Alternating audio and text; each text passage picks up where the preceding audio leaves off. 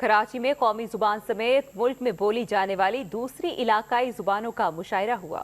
शौरा ने सिंधी, पंजाबी, बलोची, पश्तो और दूसरी इलाकाई जुबानों में अदबी रंग बिखेरे। इस खूबसूरत महफिल की तफसील सुहेल जमाली की जुबानी।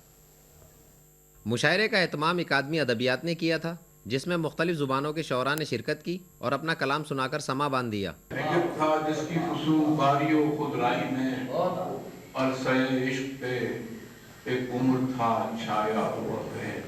इलाकाई ज़ुबानों के शौरा ने भी हाज़रीन महफिल से खूब दाद समेटी। दुनिया खदे भलमू वले महबूब मुखे तू न छद मु कौन कई एड़ी खता तू वरी वरण जी कान कई औखे वेले भी ना पूछया हाल मेरा सच पूछे थे तेरा भी एतबार गया। इस मौके पर शौरा और अहले अदब ने ऐसे मुशायरों के इनेकाद को सराहा। इससे आने वाली नस्लें एक दूसरे की ज़बान समझ सकेंगी और सकाफ़त समझ सकेंगी। खैबर से केटी बंदर, बुल्ला ख्वाजा मस्त कलंदर, रहमान बाबा शाह भिटाई, सब ने सच की राह दिखाई।